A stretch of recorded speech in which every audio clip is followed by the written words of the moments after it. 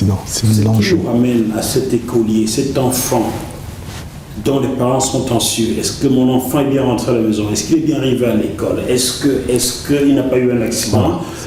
Expliquez-nous comment cela va se matérialiser, l'anticollision entre l'enfant qui va à l'école et la voiture qui ne va pas l'écraser. Bien sûr, absolument. Vous voyez, vous avez le smart, de toute façon, je ne peux pas parler de terre puisque c'est breveté, c'est une patente, donc c'est une plateforme qui est complètement brevetée, donc je n'ai pas de problème à en parler. Vous avez l'entité citoyenne dont je parlais, le smart, la personne qui est abonnée. Elle détient, en fait, vous devenez smart du simple fait d'avoir soit un smartphone sur vous ou un smartwatch ou ce qu'on appelle un wearable en anglais, c'est-à-dire n'importe quel objet connecté que vous avez sur vous vous permet d'être intégré dans la plateforme.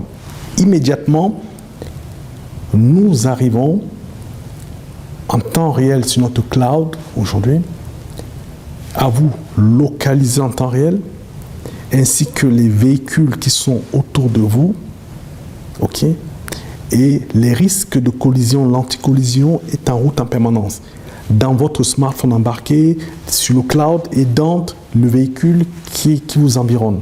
Donc voilà, grâce à cela, nous estimons votre risque de collision. Si le risque de collision devient important, on vous envoie une alerte déjà. Attention. Et quand le risque devient critique, notamment, bien sûr, pour un enfant, on ne va pas lui dire, on ne va pas arrêter l'enfant, le stopper. On lui donne juste l'alerte, qui est notamment, on peut le dire, de s'écarter du danger. Et le cas typique, c'est quoi? Je vous donne un exemple. Un enfant circule et à bicyclette. Donc, il écoute de la musique. Prenez un cas de figure, le cas typique, où des enfants se font souvent écraser bêtement. Ils ont le casque, ils écoutent la musique et ils marchent. Et un peu, il ne se rend pas compte, il traverse parce qu'il est avec sa musique et une voiture passe. Voilà. Ça, c'est le cas typique. Qu'est-ce qui se passe? L'enfant étant équipé de Kézanne, lorsqu'il avance vers la route, la musique se coupe automatiquement. Et il obtient le message skip crash, qui veut dire évite, c'est en anglais, la version anglaise. Évite le danger, skip crash. Voilà le message qui est donné, tout de suite. L'enfant, en fait, c'est le message, c'est pour dire attention. Donc là, hop, il fait attention, et tout de suite, il évite le véhicule. On lui donne cette alerte. Mais ce qui est intéressant, c'est que la voiture a reçu bien avant l'enfant le même message. Et ce qui est intéressant, c'est que le conducteur de la voiture a vu l'enfant. Puisqu'on lui a assimilé avant. Oui, non, je ne dis pas voir de ses yeux. Comment ça? Le conducteur de la voiture, si, imaginons, voilà la route, l'enfant venait peut-être d'une ruelle, peut-être marchait. La voiture a eu connaissance de l'enfant quand il arrivait déjà à quelques mètres de cette rue, sans voir dans son champ, sur son smartphone. Sur un smartphone qui est posé.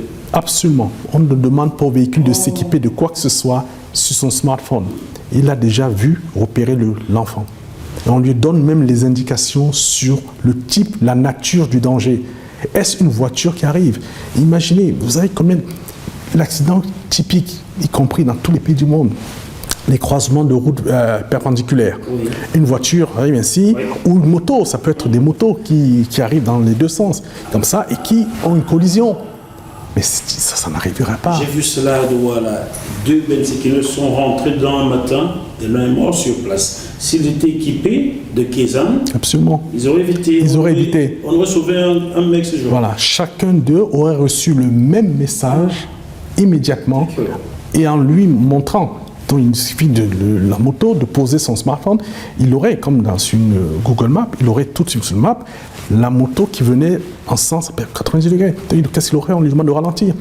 Il connaît le danger qui arrive, à quelle vitesse elle arrive, toutes les informations sont dessus. Ça, c'est l'anticollision. On l'envoie, on généralise notre anticollision à tout le monde. le piéton, ça s'appelle le pedestrian protection, et celui qui est en moto, celui qui est en bicyclette, celui qui est en voiture, tu vois.